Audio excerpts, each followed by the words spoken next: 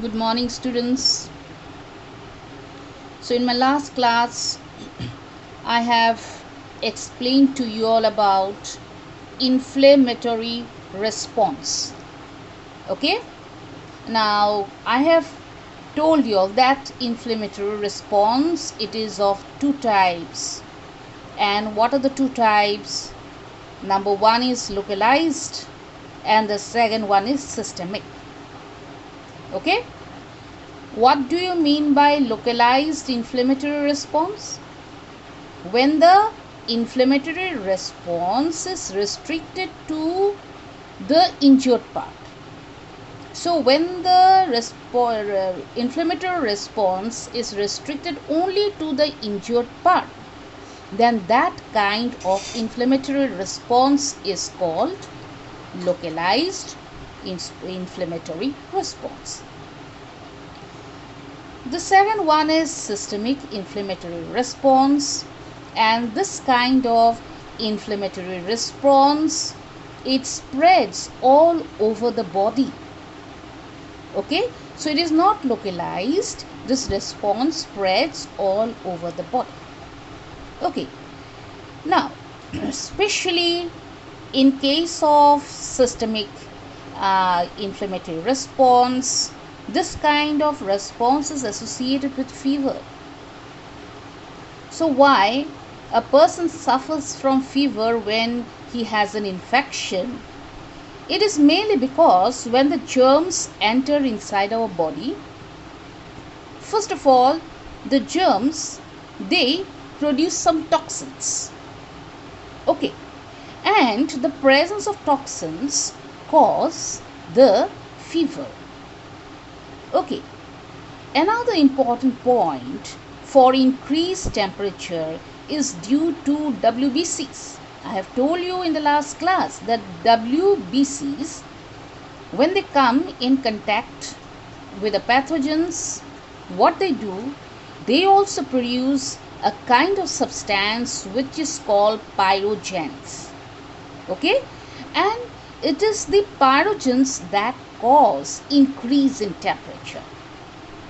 Okay, so on one hand, the germs produce the toxins which leads to increase in temperature. On the other hand, even the WBCs, they also produce pyrogens which leads to increase in temperature. Okay, and this increase in temperature, it is very much necessary to carry out the inflammatory response. So increase in temperature, it does what? It, first of all, it does not allow the germs to multiply. Okay, so germs cannot multiply at a very high temperature. Okay, so this is a good sign, this is a good symptom that the person is reacting, or the person's body is reacting against the germ. Okay, but one thing, if the temperature is too high, then this is harmful. So for this reason, the patient or the person has to take antipyretic medicine. So last class I told you what they take, pyrogesic medicines, or they take what? Antipyretic medicines. Okay, and the antipyretic medicines or analgesic medicines, they help in decreasing the temperature. Okay, so this is about the inflammatory response. Now let me start with cytokine barriers. So this is the third kind of response, or it is a third kind of defense mechanism of the body. So cytokine barriers. Now what are cytokines? That you have to know. So cytokines, these are some protein substances which inhibit viral infections or viral replication. Okay, so what are cytokines? Cytokines are what? These are some protein substances, and these substances, they inhibit viral replication. Okay, and these generally include what? These generally include interferons. So interferons, these are one kind of cytokines. So these are one kind of cytokines, and they are very common and very important cytokine produced by our body during viral infection. Okay, now interferons, these are actually glycoprotein substances. So these are glycoprotein substances. Okay, and what they do, they are secreted by the virus infected cells. So the interferons are glycoprotein substances, and they are secreted by what? By the virus infected cells. Okay, and as a result, what happens? These interferons, they make the surrounding cells resistant to viral infection by inhibiting the multiplication of virus. Okay, for example, say this is a virus infected cell.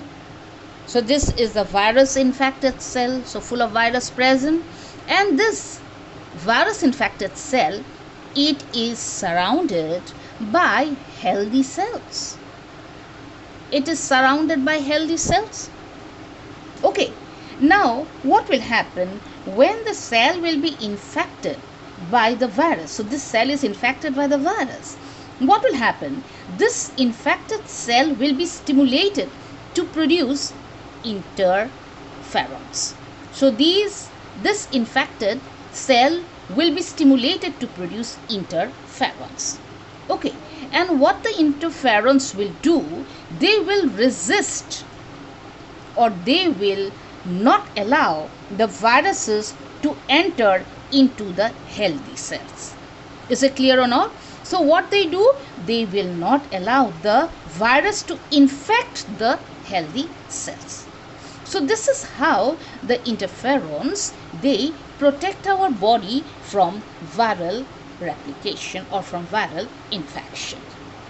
Okay, now cytokine, I have told you one of the most common cytokine is interferons. Okay, but besides the interferons, there are other cytokines present like lymphokines. So what are lymphokines? Lymphokines, these are the cytokines that are produced by the lymphocytes. Now you know what are lymphocytes. Lymphocytes are one kind of WBCs. Lymphocytes are what? One kind of WBCs. Okay, so the lymphocytes that produce the cytokine, they are known as the lymphocytes that produce the cytokine are known as the the cytokines, lymphokines, they are produced by the lymphocytes. Okay, the next is interleukins. So what are interleukins? These interleukins are actually produced by one type of lymphocyte, and then after that they will do what? They will act on another type of lymphocyte. Is it clear? So say this is one kind of lymphocyte, this is another kind of lymphocyte. Okay, now this lymphocyte will produce the cytokine. It will produce the cytokine that will act on another lymphocyte. Okay, so this kind of cytokine produced by one leukocyte and which acts on another leukocyte or another lymphocyte, it is called what? Interleukins. Okay, and what is chemokines? Chemokines, these are cytokines with chemotactic activities. Okay, now what do you mean by chemotactic? Chemotactic activities or chemotactic movement, it is the movement of the cell in relation to chemical agents. So movement of the cell in relation to the chemical agent is called chemotactic. So chemokines are what? These are the cytokines and with the chemotactic activities.